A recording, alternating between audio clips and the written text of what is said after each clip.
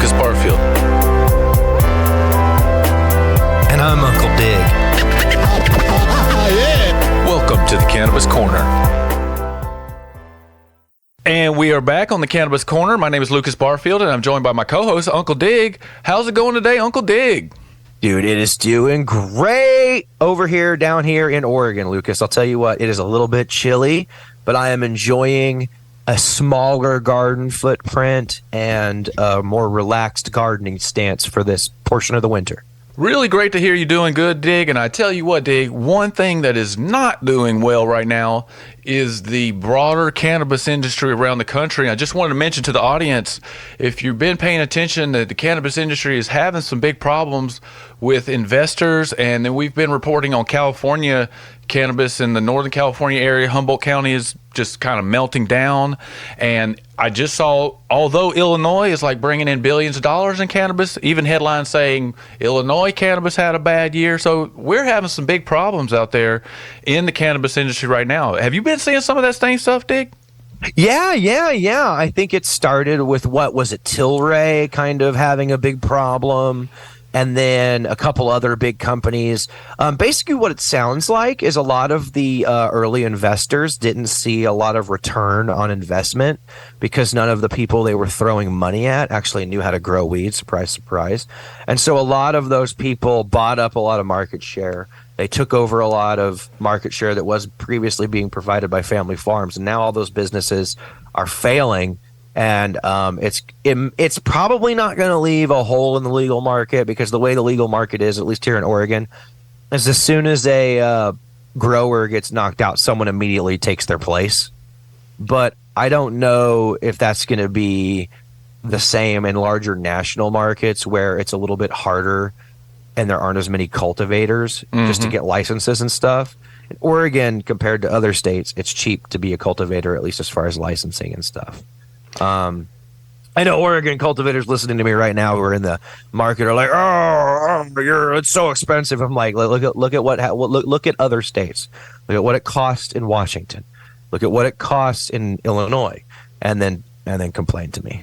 Yeah, Washington has had a slew of growers over the years kind of going out of business, and I think our state has been sort of insulated from a lot of these problems because they don't allow out-of-state investors. And like you were saying, a lot of these cannabis companies, Tilray, Canopy Growth, Trulieve, if you go over there and look at their balance sheets, income statements, and their cash flow statements, you can find all those on Yahoo Finance.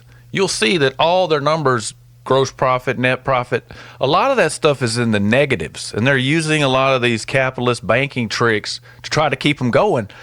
But there's a big problem, Dig. Cannabis is illegal on a federal level, and a lot of these banking tricks that they use on other businesses aren't working.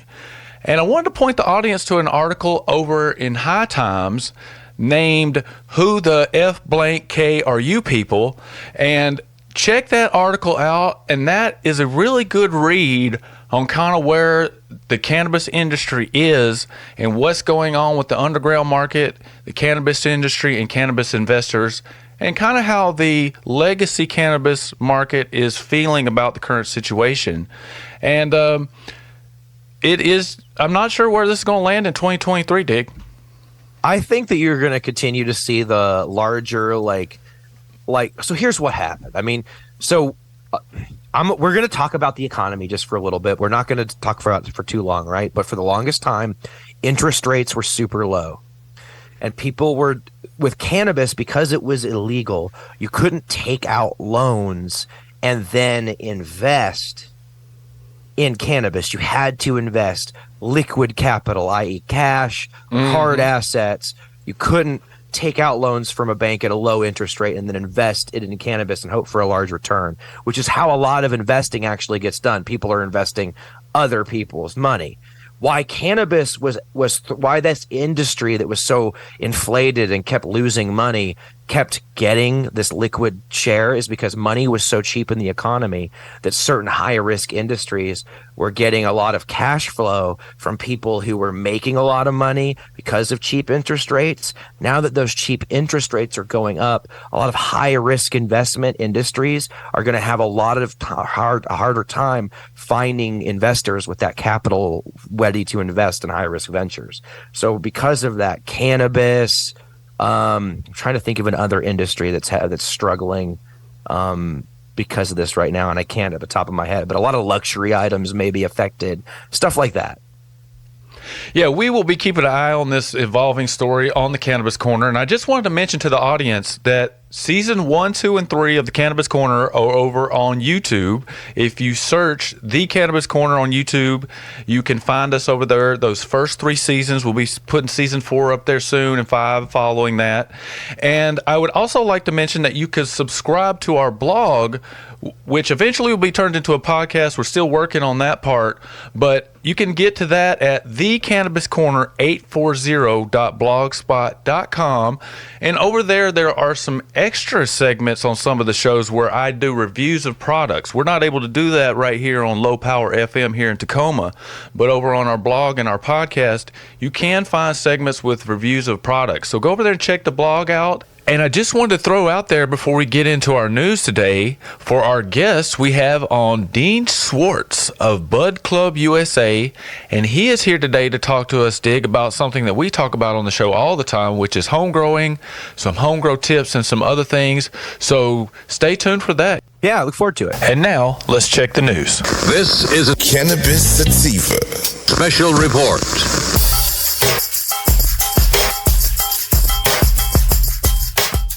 All right, so now we're going to get on to our first story, and that is out of Kentucky. And last year, the Kentucky governor, Andy Beshear, he just had it with the legislator not being able to get a medical cannabis bill, and he did an executive order that made medical cannabis basically decriminalized in Kentucky on January 1st.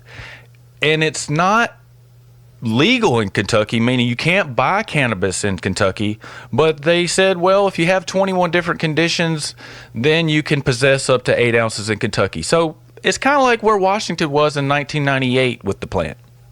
Yeah, Kentucky is a weird one. Apparently there is a big, thriving underground cultivator culture in Kentucky, but I don't know. Like, it just doesn't seem like a very friendly state to cannabis, but it also doesn't seem like, I don't know. It's just a weird place. I don't know. I don't know enough about it.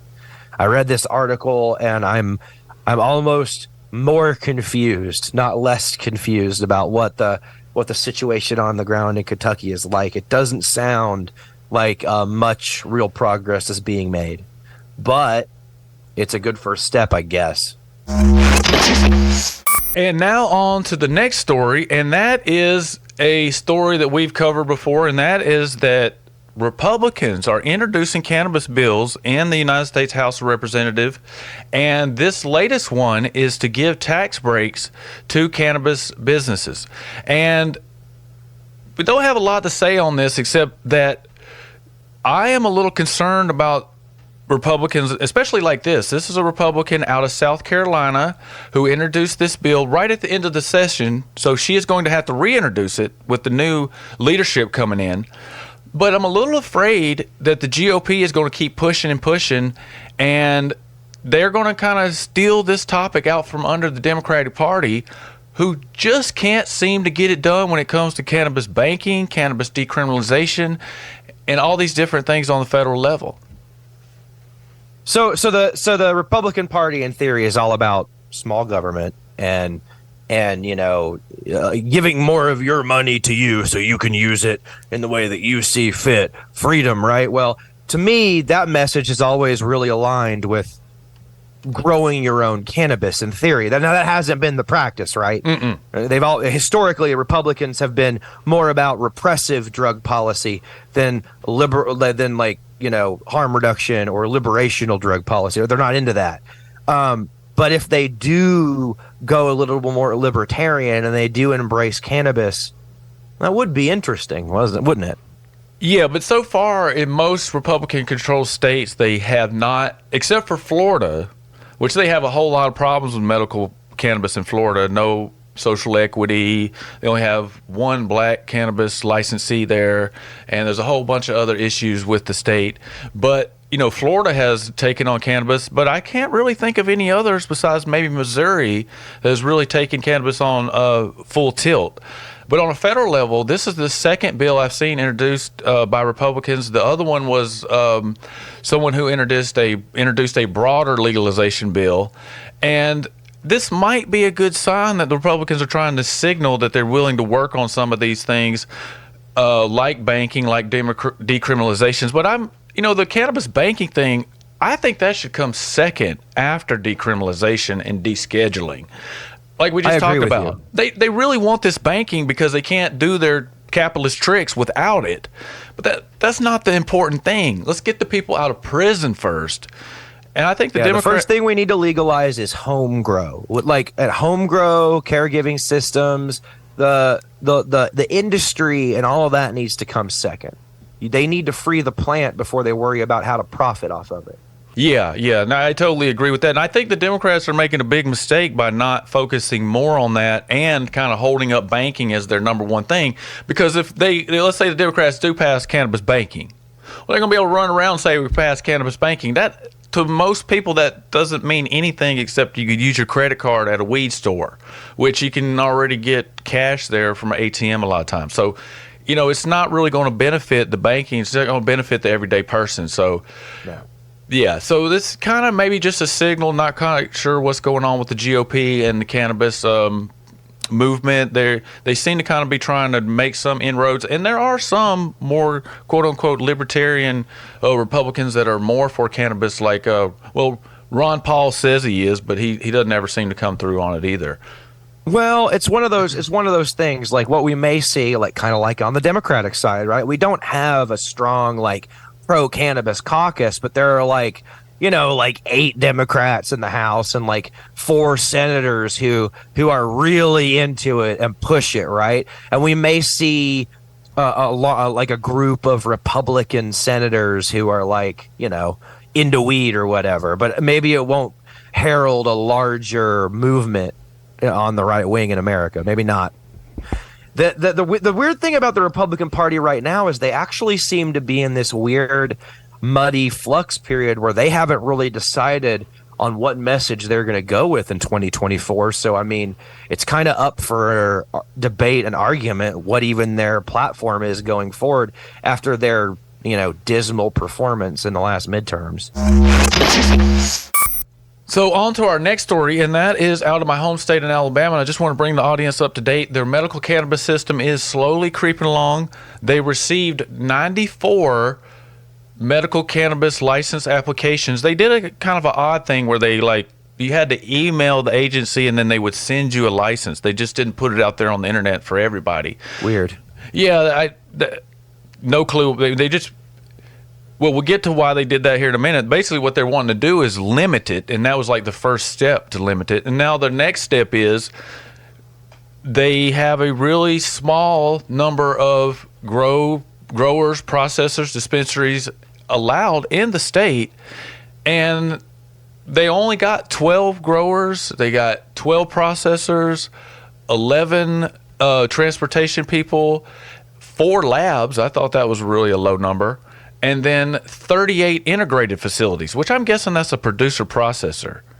But their numbers, how many are they allowing for those different license types, Dig? So they're allowing 12 for cultivators. That's Too just low. applications. 12 for processors, 18 for dispensaries, 18 for 38 integrated facilities. So it's those numbers you just said, and we don't really know how many they're going to apply, It's a total of 94 applications for the different types of cannabis industries. So I think as we see what kind of businesses are approved and we get those final numbers, we'll see how much further limited it is past the application, because once they go through these applications, I'm sure they're going to deny at least some of them, right? Well, yeah, because they only said they're going to allow 12 growers. I think it was 4 processors and 4 integrated facilities, whatever those are. So they really are going to limit the licensees, so a lot of folks aren't even going to get a chance to get a license. So what I'm predicting is they're going to give out the licenses, but then there's going to be a lot of lawsuits because a lot of people are going to get left out. And that is just like the first step with you got to get the application via email. They're just trying to limit it and block it and like keep it out of the state, although they do really admit they need it. So it's kind of an odd thing. Of course, it's Alabama, so they're going to do it weird, and they're probably going to be is really not really sure where it's going to end up at. But they said once they get all the licenses approved, then medical cannabis patients can start going to get cards. And so that's going to be this summer that you'll be able to go to your doctor in Alabama and talk to them about medical cannabis, and they will give you some type of authorization. Cool. All right, so our last story, we're going overseas. A lot of times we do our overseas news here in the last segment here, and that is over in Amsterdam. And Amsterdam has just been having some, as everybody knows, they famously got these coffee shops going in the 70s, and they sort of been just letting them go the whole time. Never really anything like these are absolutely illegal, or they're legal. But even the coffee shops, they have to get all their cannabis from the underground market. So they have to go out and make. One of the guys there who has a coffee shop says he is still going out to like apartment parking lots to buy his cannabis. He even got busted and got all his stuff confiscated because he was buying it out there on the underground market. And so they had the red light district. The people of Amsterdam are really complaining that everybody's getting sick and partying too much for these coffee shops. So they're kind of trying to get a crackdown. Although they weren't able to do it this past fall, they kind of are signaling that is going to be coming, is some type of cannabis crackdown in Amsterdam. Yeah, and I feel like this Amsterdam thing, it was kind of cool if that's all you could do back in the day, and back in the day it was really all you could do from a legal standpoint is to go to Amsterdam, right? But as soon as the first state in the United States legalized recreational cannabis, no matter which state it was, I think it was Washington or Colorado, right? And Washington. Then Amsterdam basically became irrelevant because it's better here. We've had and so it's the same thing with all of Europe. Europe got left behind in the cannabis game because they didn't advance, and this is another good argument for people who say, we got medical, we're going to get recreational. It's all said and done. People have been talking about how Amsterdam was going to continue to legalize for years, and they never took a step beyond where they are right now, where they were 10 years ago, where they were 20 years ago. They never advanced because their people and their scene didn't become activists. They just kind of stayed passive consumers, and they never had a good culture and a good political will to legalize the plant, so they didn't. And that's something that everyone needs to remember in the United States. The switch can flip on this at any time, and all of a sudden we could be the devil again. So stay active and pay attention, or you could be like Amsterdam, left out in the cold. You could be the Texas of America, Yeah, they're trying to pass a law that says that only people from Amsterdam can buy cannabis in the city.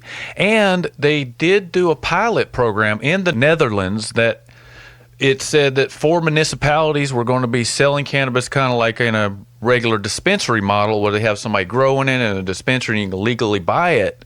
But none of those municipalities are Amsterdam. There are other places in the Netherlands. And they say some of the people say that's really taking a long time and it's going to take a lot longer.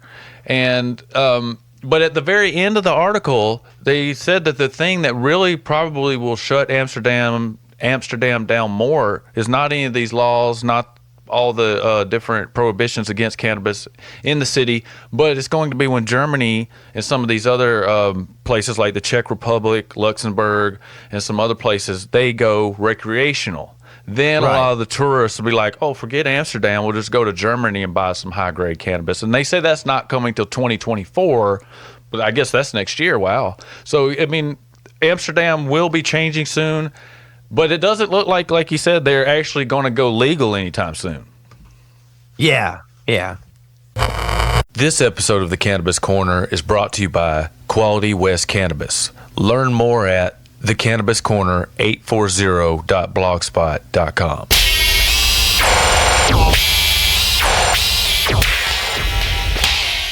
And we are back for this week's interview. And this week we are joined by Dean Schwartz, who is the founder and CEO of Bud Club USA. And he is here today to talk to us about home grows and home growing. How is it going today, Dean? Hello, Lukas. I'm doing great. How about you? Yeah, doing really well today. And I just wanted to mention to the audience real quick, this is perfect timing because as many people know, Washington State does not have a home grow bill. And there was a bill just dropped today, HB 1614, right here in Washington State to get home grows. And we have, and myself and other activists have been working on this a while, and I just wanted to mention to the audience, so go check that out, 1614, if you're driving around Tacoma and you hear us on the air, that we really need home grows here in Washington State, and Dean and I are going to talk about why home grows are important and do a little talking about some home grow tips coming up too. So before we get into all that, Dean, tell us a little bit about yourself. I am a father of two. I'm also a grandfather and an avid photographer. And I was born into the marketing and advertising business. I'm a son of an ad man. My father was actually a madman in the 60s and 50s. And that's how I kind of got into the business. And I'm the owner of a marketing and advertising firm.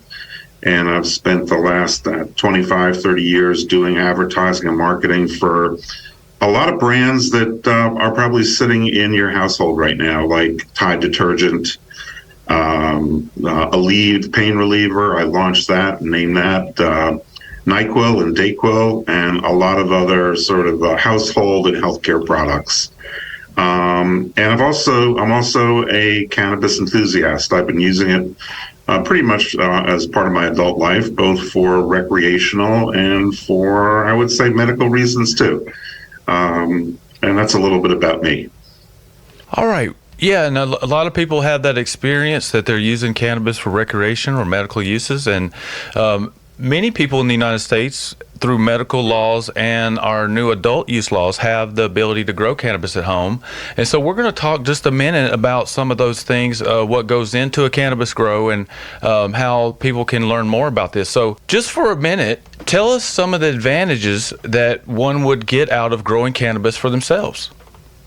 So I'm really glad you started out with that question, Lukas, because it's something that I really feel very strongly about. It. As a matter of fact, that's really one of my missions in life, is to really teach the world how to grow, so that people really, honestly, once they know how to grow, they no longer have to pay for cannabis again.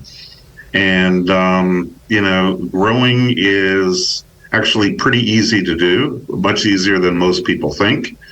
And the reasons to grow are numerous. I mean, number one is money. If you love cannabis, you know that cannabis can be expensive. And like I said, once you know how to grow your own, then you don't have to buy. And if you want to buy, it's really just an option. And so when you home grow, you can save a lot of money and put the money towards other uses. Number two, when you home grow, you grow your own steady supply of the strains you love. And, we've all had the experience of, going to a dispensary and you find a strain you like, and then you go back and it's not there, or you go to another dispensary and they have different strains. Different strains react differently on different people, and we're all searching for the ones that really hit our sweet spot. And when you home grow, you can grow a steady supply and know that your needs are always going to be covered. Number three, home growing, and this is, I think, one of the secrets, is actually organic home growing is incredibly easy. So that when you home grow, you can grow great quality organic bud that doesn't have pesticides, chemicals. It's not radiated in any way.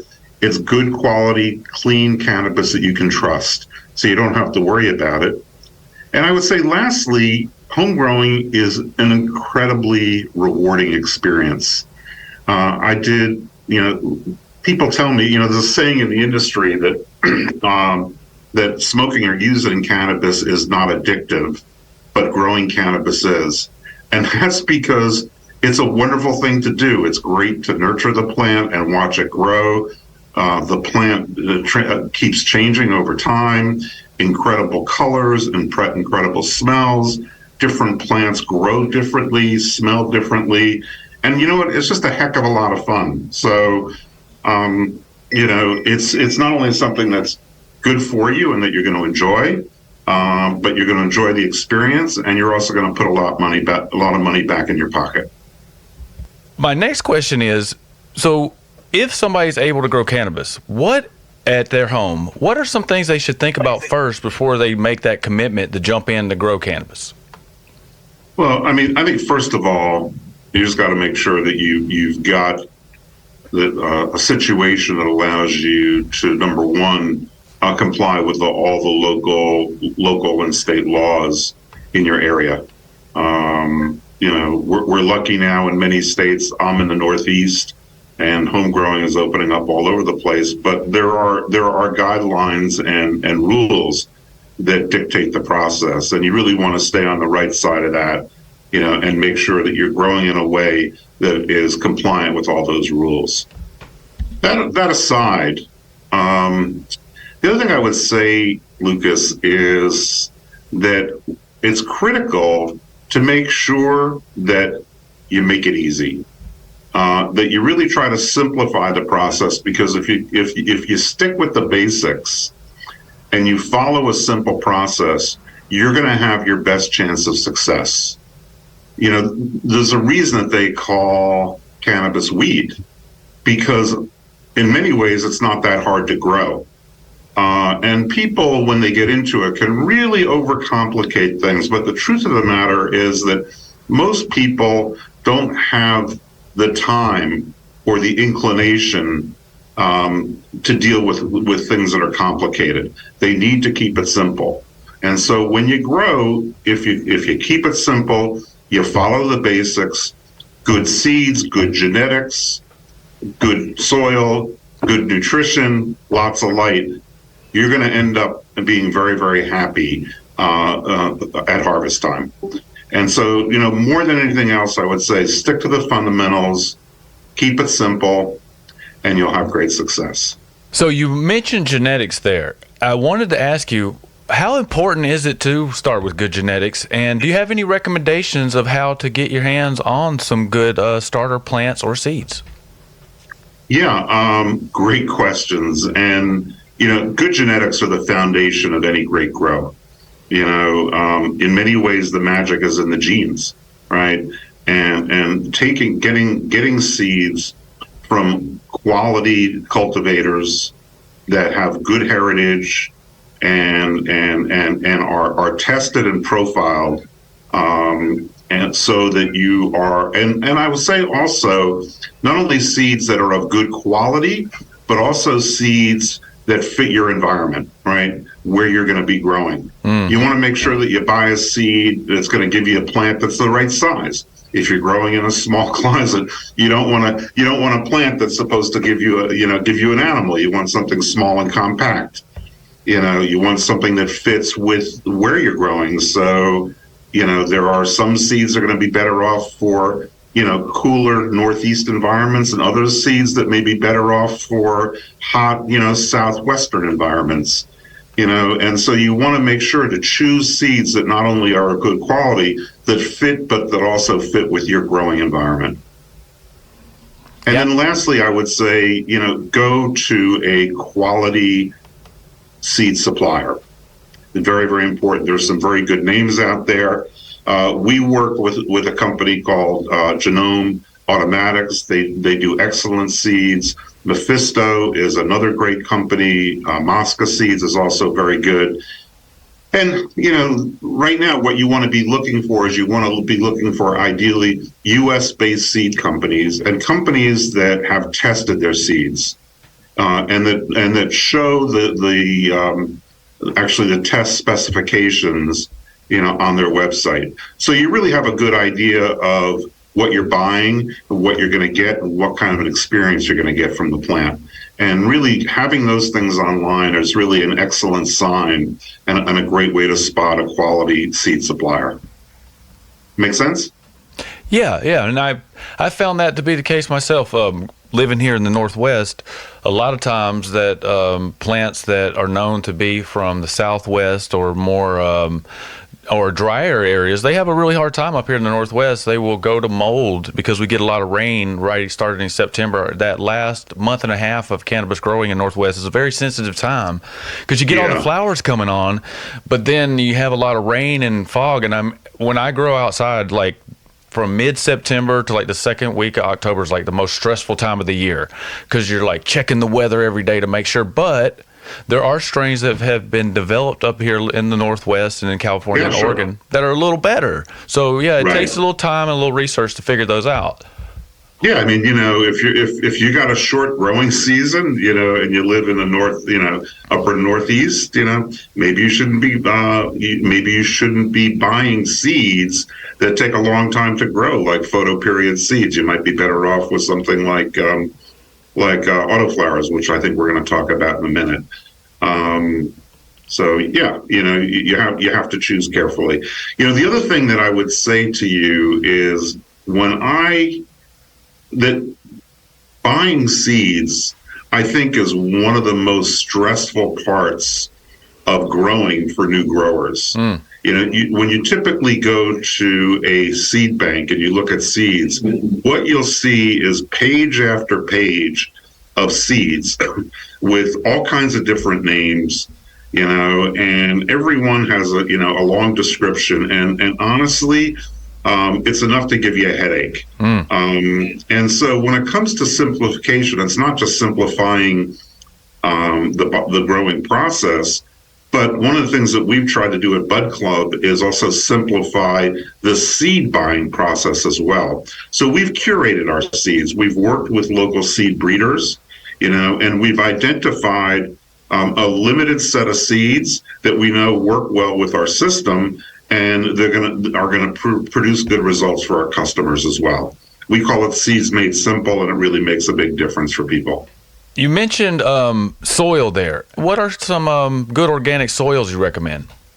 So we obviously soil is critically important because the soil allows the plant to feed and grow, especially in the early stages. The soil also supports the plant with fungus and microbes that help feed the plant. And the seed also and the soil also has an impact in terms of helping the plant breathe as well. We don't recommend any one particular brand of soil. The truth of the matter is you can do very well with really good quality organic soil that likely you can probably get in your local nursery. And we provide a list of different brands that people can shop for.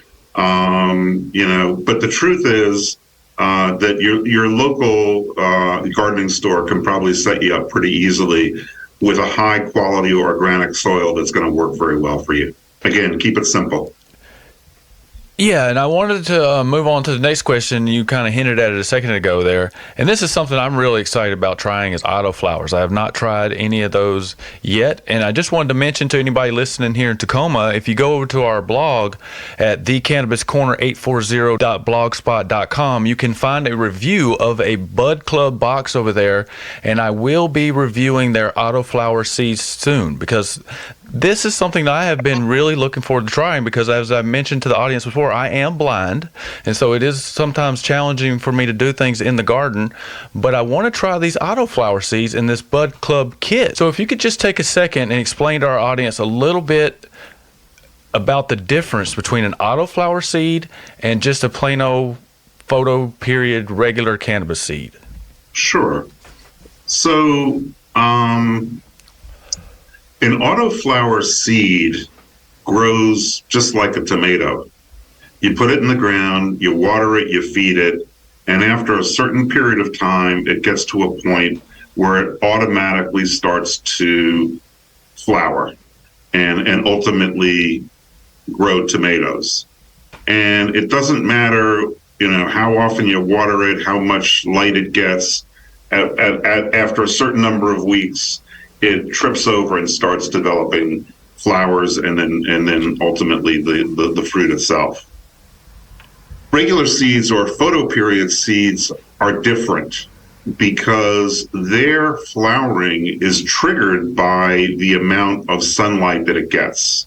And the way it works is this. Early in the season or early in the summer, when the days are long, photoperiod seeds just grow and keep growing and growing leaves. And they don't flower. They just keep getting bigger and bushier and stronger. And then what happens is that as the days start to get shorter, the plant kind of says, something's up. Feels like summer's coming to an end. I better start thinking about making seeds so that my lineage can continue in next spring. So it's the shortening of the days that actually trigger flowering in photoperiod seeds. And you can actually trigger, if you're growing indoors, you can trigger that flowering in after a month of growing or 5 months of growing, depending on how much time, how much light you give the plant during the course of the day. So the advantage of the autoflower seeds is, number one, they're quick. They only take like 3 months to go from beginning to harvest. Number two, the plants tend to be kind of smaller, which can be really good for when you're growing in small environments. And number three, they're super easy. So they're really, really good for first-time growers. And then, once you do the autoflowers and you're comfortable with them, then we would recommend sort of moving up and trying to grow some photoperiod as well. Yeah, and I'm glad you mentioned the difficulty of the photoperiods because when you grow those, you have to throw in a whole different part of it, which is trimming, and there's a whole bunch of different things to it. So, as I mentioned, I'm really interested in trying these autoflowers, something I've not done before, and I think they're really ideal for this Northwest climate. Because if you were to plant them in May, they'll be done by the end of August, and then you can beat Correct. the rain.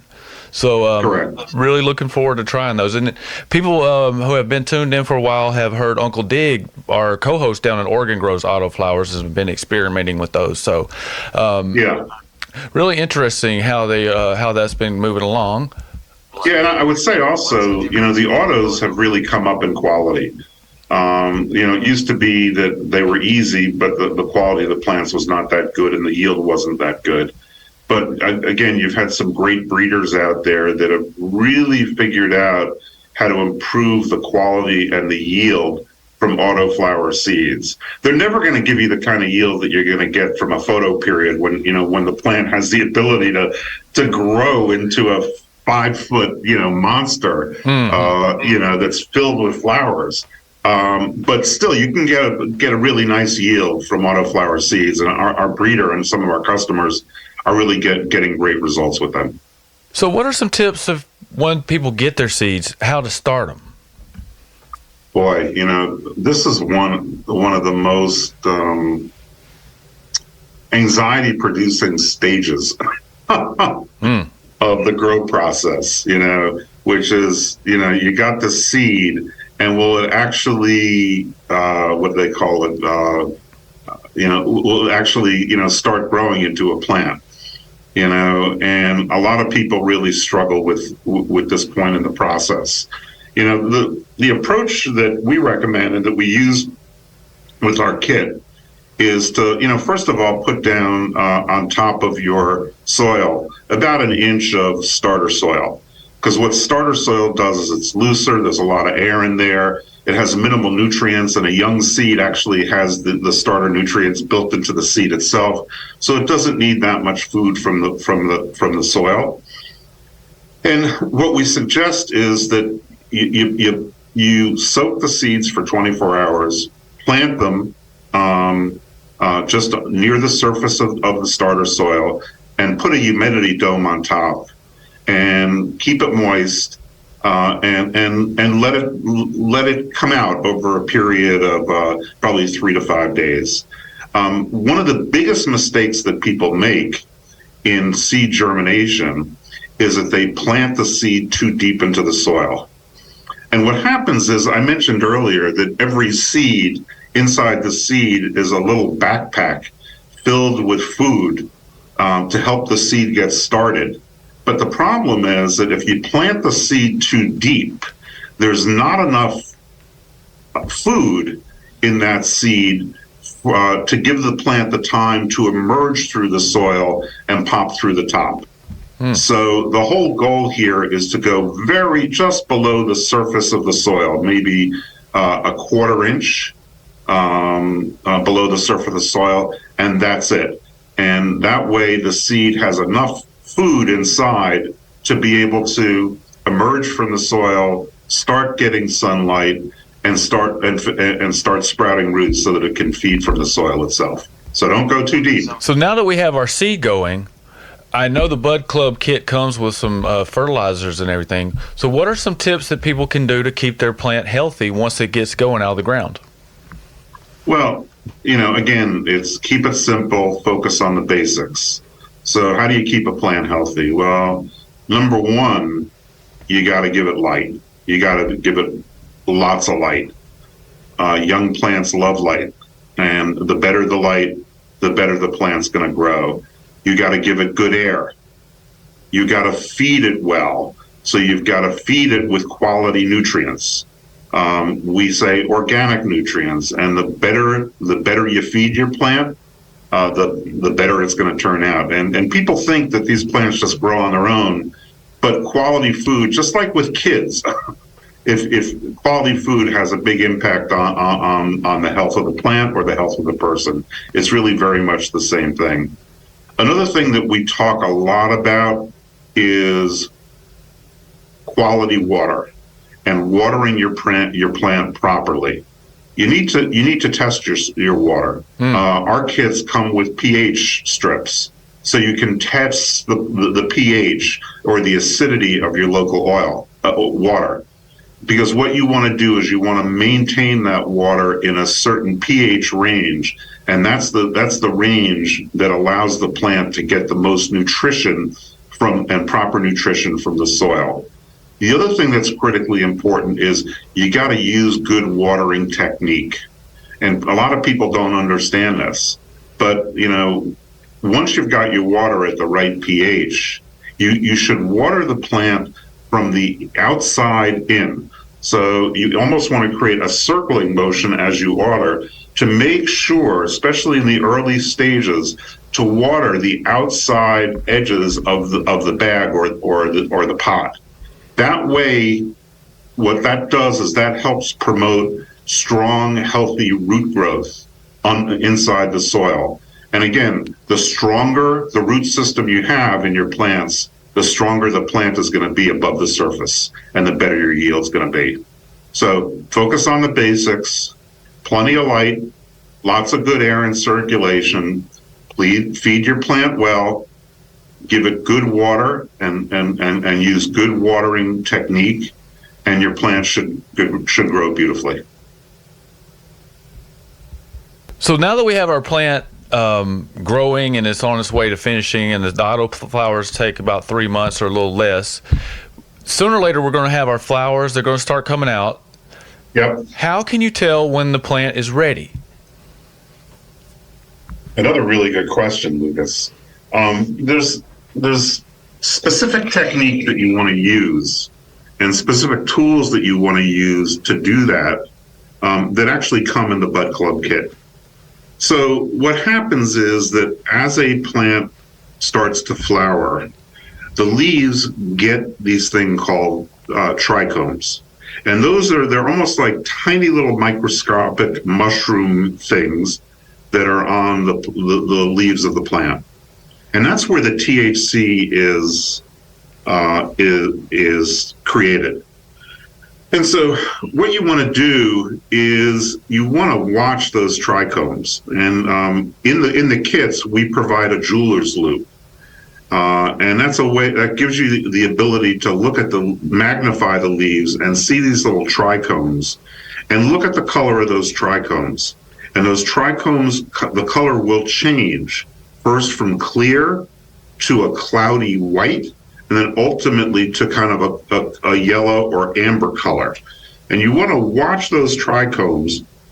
And when those trichomes are milky white and they're just starting to produce some of that amber color, that's the point that you want to harvest your plant, because that's when you have the maximum THC production in the plant and you're going to get the best end result.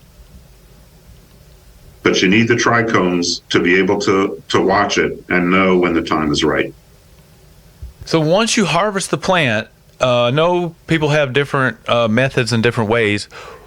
What would you suggest people do once they chop their plant down? Because I have not done this correctly once or twice, and then it does affect the way that your bud does come out. Yeah, so there's a couple of really important steps once you harvest the plant. The first one is just to let it dry. And you want to take the plant, you want to put it in a low light or dark environment that's devoid of a lot of excess humidity.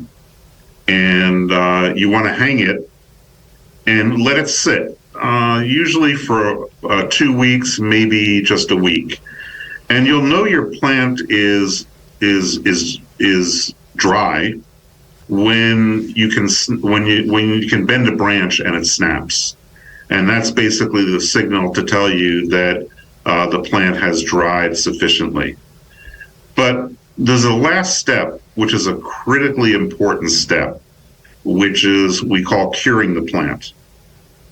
And just like great wines have to sit and cure, cannabis plants have to do this. Cannabis flower has to do the same thing. And so what you want to do is you want to take your flowers, you're going to trim them to get rid of the what we call the sugar leaves or the excess leaves, and get them down to just kind of the core tight buds. And you're going to want to put them in a curing bag and let them sit there for about 2 weeks. Every day, every other day, you'll open up the bag and let it air out for a minute or two and then close it up again. And as I said, you want to do this for about a 2-week period. And what happens during that 2-week period is that, by the way, the impact from the plant and the feelings, the experience that you get is not only from the THC, but it has to do with other things that are in the plant, things that they're called flavonoids or essential oils, or the formal name is what we call them terpenes. And terpenes are essential oils that impact not only the smell of the plant, but also the taste of the plant, and actually the experience that you get from the plant as well. And so this curing process of about a week or two allows the terpenes to really develop and allows the plant to develop to its fullest potential. And so again, harvest, trim, cure, and then you're ready to go. So for our online subscribers, what is something going on over at Bud Club that is really exciting to you and something that you are really looking forward to in 2023? So I mentioned earlier that kind of my personal mission is to teach the world to home grow, because there's just no reason for people to have to pay the kind of prices that they're paying at dispensaries. And once you home grow, you never have to pay for cannabis again. And kind of in that spirit, one of the things that we've developed is we've developed a special kind of, we call it like a starter bundle kit. And what it is the kit comes with everything that you need to grow your plant, including the seeds. And it's a special package price that we put together that includes 3 seeds. And I think the list price is $39.99, which it's a great deal.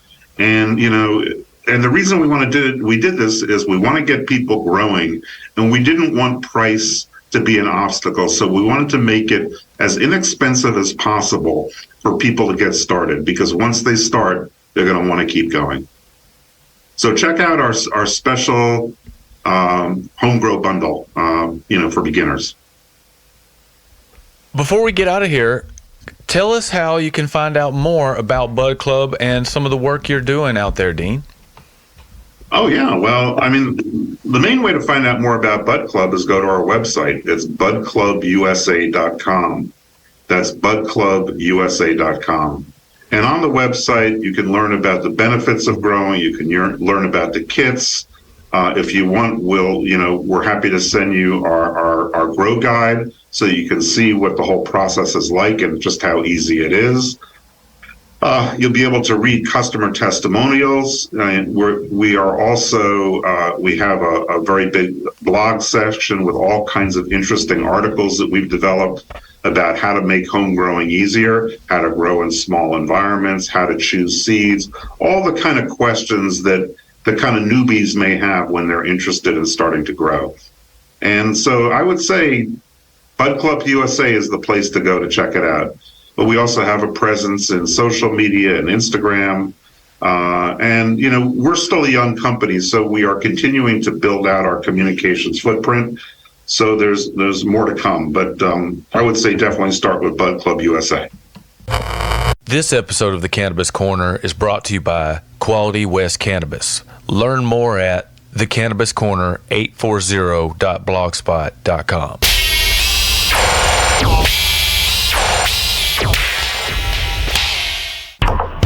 This is Lukas Barfield, and today we are going to do a quick review. I hope it's quick. This is a subject that I can talk a lot on, so we're going to try to make this quick, probably about 10 minutes, and we're going to do a review of the Bud Club USA Grow Kit. And I really want to thank Dean for coming on the show. I wasn't planning having him on the show, but it was perfect timing. Had the opportunity to have him on. He came on, a very knowledgeable guy there. And would encourage you to go over here and check out this Bud Club USA website, because they have this grow kit that he mentioned, and I was sent one of these in December. And I've been looking at it, and although I have not planted the seeds that come with it, there are things in it that I have needed over the years, and it was really great to get this. I've been growing cannabis at home, a small medical garden for, I think, since 2015, 2016, and nothing, just keeping my 15 plants minimum, usually just having about 7 or 8 going. Right now I'm all the way down to 1, so looking forward to getting these going soon. But as I mentioned, this thing had some things in there that I needed over the years, and I just had not been able to get my hands on. And one of those is, the first thing that you're going to see when you open up the box is a big 5-gallon cloth bag to grow your autoflowers in. And what this is, if you're not familiar with these, it's like a thick kind of woolen bag. It's a cylinder shape. I have grown outdoors, and this is a trick that you can do at the grocery stores. You get those cloth bags. I don't know if they give them out as much as they used to, but they had those cloth bags that they would give out, and they're like 30 gallons, and they would work really good as cannabis grow pots. And so I have grown outdoors in those big 30-gallon cloth bags, but I've never had one like this.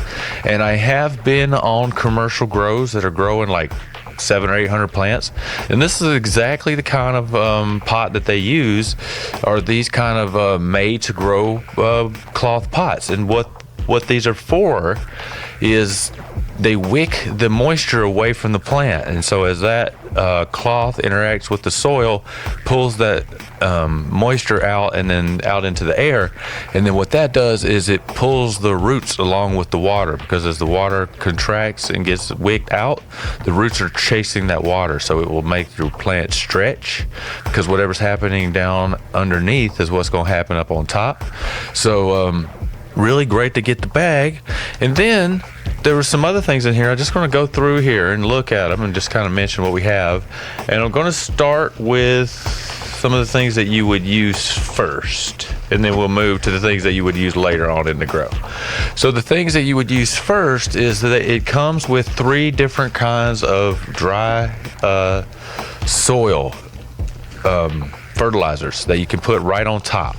And so what you would do is you'd put your soil in there, and then put your seed in there and get it going. And Dean talked about how exactly to do that. And then at the same time, over to the side, you would take some of these dry fertilizers, and there's 3 different kinds. So some is right at the beginning, and then some is more towards the end.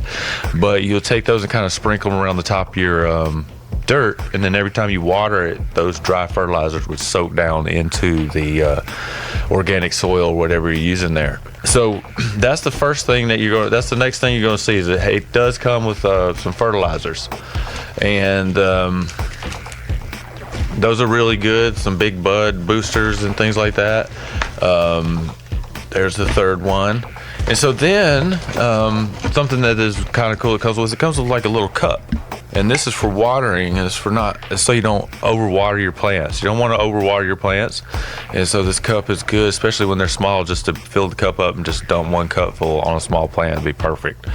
Also, let's talk about the seeds that came with it.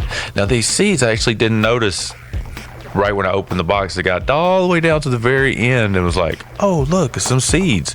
So these are from Genome Automatics, and these are forage strain, which is an autoflower version of Durban Poison, which I used to get that strain way back in the medical days. I haven't tried it for many years, so I am really looking forward to growing these.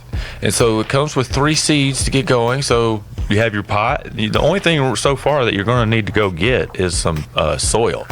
And as Dean mentioned, you can pick up basically any kind of soil nearby at a gardening store, or you can get the special kind that are specifically grown for cannabis. They're out there on the internet. Check them out.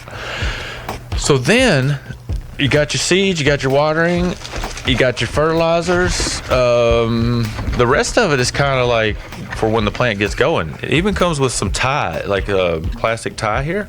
So that's telling me that they're expecting these plants to get pretty big. I can't wait to try this one. I'm waiting for this one plant to finish up, and then I'm going to just try to grow 1 of these, and then I'm going to try to grow the other 2 outdoors this summer. So I can't wait to give them a try. So we got the seeds, and then the rest of everything. And one of the things that came with too is it comes with pH strips. Dean mentioned why that's important. You need to pH your water. I believe the number you're looking for in your pH, if you have a pH meter, is between 5 and 6, and so you can adjust that accordingly. My Bud Club kit also came with like a bug trap type thing. It looks like just to be like a sticky fly trap type thing. So if you were to have some type of bugs around, you could put this out and would try to help get it. A trick on that is get yourself a small UVC light. Don't ever be around it because it's poisonous to humans. But if you get you a small UVC light, put it on a timer in your grow for like 15 minutes a day, and no bugs can survive that. So that's your trick on your bugs. So you don't need the trap really. But then we have the what else do we have in here? So we got the ties, got these little clips that you can clip the if you needed to clip the plant to a stake if it gets too tall. One of the things I thought was neat too that comes with is this big bag, and this is for curing. And I had a friend that worked in big commercial grows, and I worked in one before too, and that's what they do. They use these big turkey bags that you can fill them up with about 5 pounds of weed, and then you just let it sit there for 2 weeks, and it just all the terpenes get in there. And it's a pretty big bag. So what I'm saying, I'm expecting this thing plant to get pretty big, because this is a pretty big bag to put all your cannabis in there. What I would do is just take it, trim it up, and then throw it in here, and then just roll this bag up, and then keep it up for 2 weeks, and then you have your nice cure. It helps the terpenes. Well, it gets everything to equilibrium, so it dries out, and then the terpenes go out into the air, and then they come back in, and eventually you have an equilibrium between the air, and the plant will try to continue to soak up moisture because it lost all before. So sooner or later, you're just left, all the moisture's out, but you'll just be left with the terpenes in there and all the cannabinoids. So curing is very important. And as I said before, I've cured cannabis before, and I've not cured it before. And every time you cure it, it's going to come out better. It also comes with some gloves. So if anybody's ever trimmed some really good cannabis, you know they can get real sticky. So you got yourself some rubber gloves here. And then even comes with some trimming shears, and these are some of the nicer trimming shears that I've seen. They're not just the like a scissors like you'd get at Walmart or something. These are like real deal trimming shears. Another thing that you'll find on a commercial grow is some trimming shears just like this. And so really nice shears and everything here. So yeah, okay, it's got the little clip there. Yep. Yeah, these things are ready to go. These are something that you would find on a big grow. So it's everything in here. And then the most fascinating thing I found, well, I keep saying that, but one of the coolest parts of this that I found, I've already heard about the magnifying loops. And this one, but I've never seen exactly what people are talking about. They say, okay, get the loop. So this one I came to the loop, and it's like this big, thick magnifying glass. It's really nice. Comes in a little case. It's all fancy. And I popped it open here, and there it is. It cracked me up because this type of thing, the big, thick magnifier, this was the state's or whoever's version of accessibility back in the day when I was a kid. I actually used one of these to get through about half of college, magnifying books and computer screens and everything. This is what I used, one of these things, and it really kind of took me down a memory lane, and not such a good one at times, thinking about that. But here it is, and it's a magnifying loop, big, thick, looks like about I can't tell you, I think it's like a 10 times.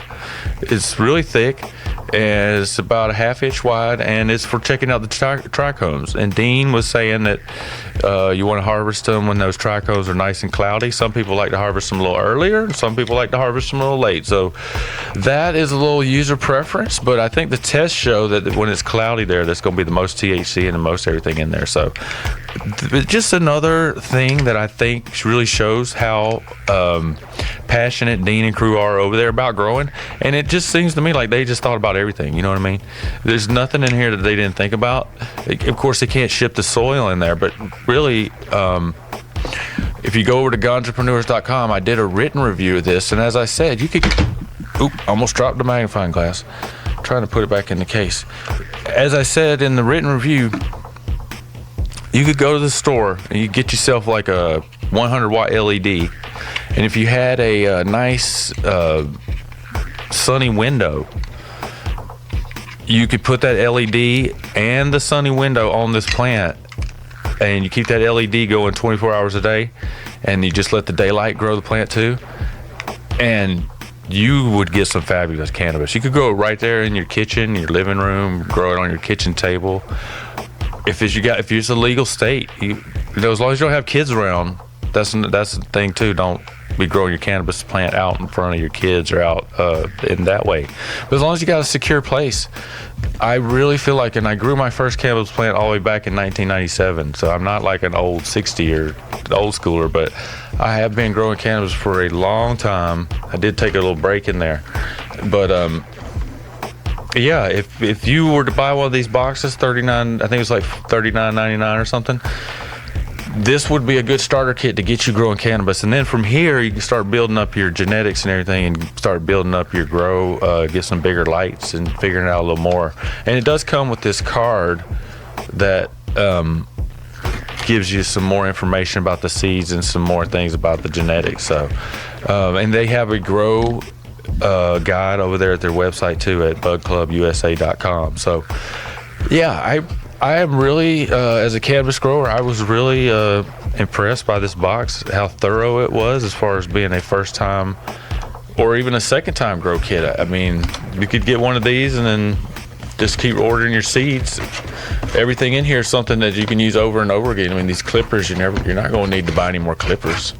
So I believe they do have some other products over there at Bud Club USA, but right now we're talking about the Bud Club USA all-in-one grow kit. So just wanted to let the audience know about that, and I want to thank Dean and the Bud Club crew for sending these over, the PR folks for getting this over here to me, and I want to thank all the listeners out there for listening. And I feel like this is the future of cannabis, and I 100% support these kind of things because the more people that are growing cannabis, the more we can really spread the word about how fun it is and how important it is to have a nice, clean hobby to do. And you can get medicine out of it, and you can get something that your friends and everybody enjoys. And we can start to destigmatize this plant where you don't get thrown in jail for a cannabis plant growing on your kitchen table. So I just really like this concept.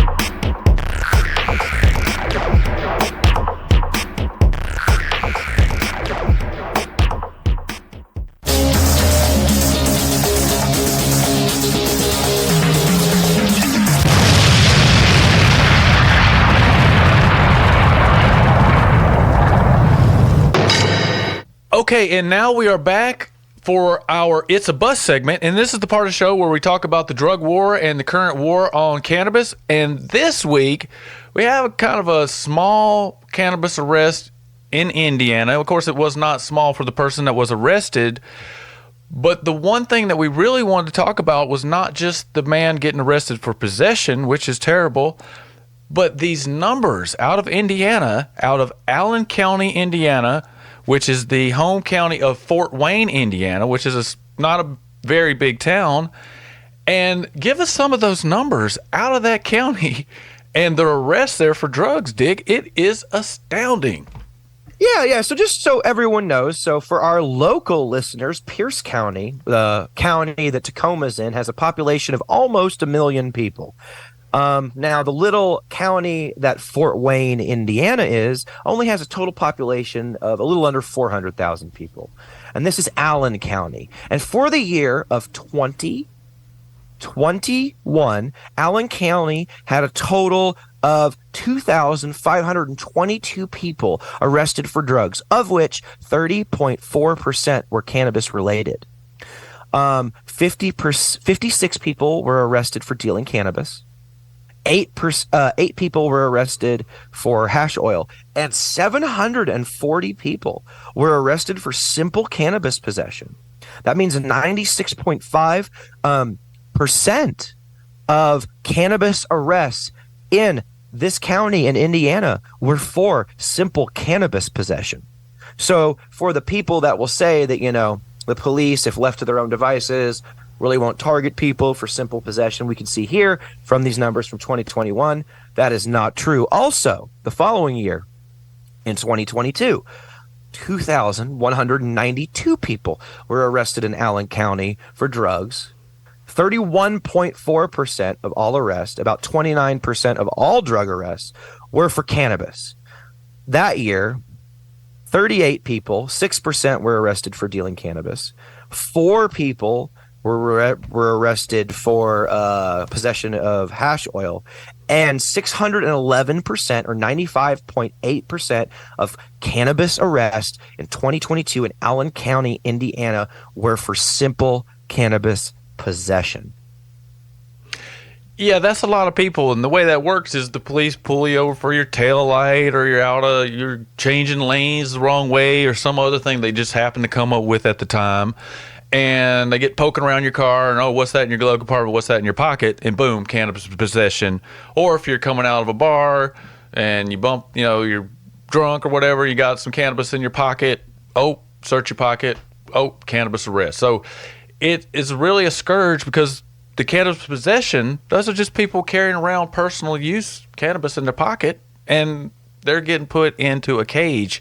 And it's pretty wild, considering, although we were talking about the cannabis industry losing a lot of money, there are still a lot of people making a lot of money in the cannabis industry. And in Indiana and all over this country, you can still get locked up for it. And it's just really wild, some of those contradictions going on right now in the United States. Yeah, Indiana sucks, and they should stop it. All right, Dig, I wanted to thank you for being on the show today with me, and all of our other guests and everybody else tuned in out there in radio and podcast land. Thank you so much for listening, and I hope you have a great week, Dig. Yeah, thank you for having me on, and I hope you have a great week too. And to all our listeners, thank you for listening as well. If you have questions or would like to comment on the show, you can reach us at thecannabiscorner840@gmail.com. To listen to back episodes or to subscribe to the show, find us all across the internet by searching The Cannabis Corner. How can folks get in touch with you, Dick? Yeah, you can find me on Instagram at Uncle Dig, and you can listen to my podcast, The Bagseed Chronicles, wherever you get podcasts. Thank you to Radio Tacoma and KTQA for their continued support. I'd also like to thank Aaron Folsch for his production assistance. And finally, thank you for joining us on The Cannabis Corner.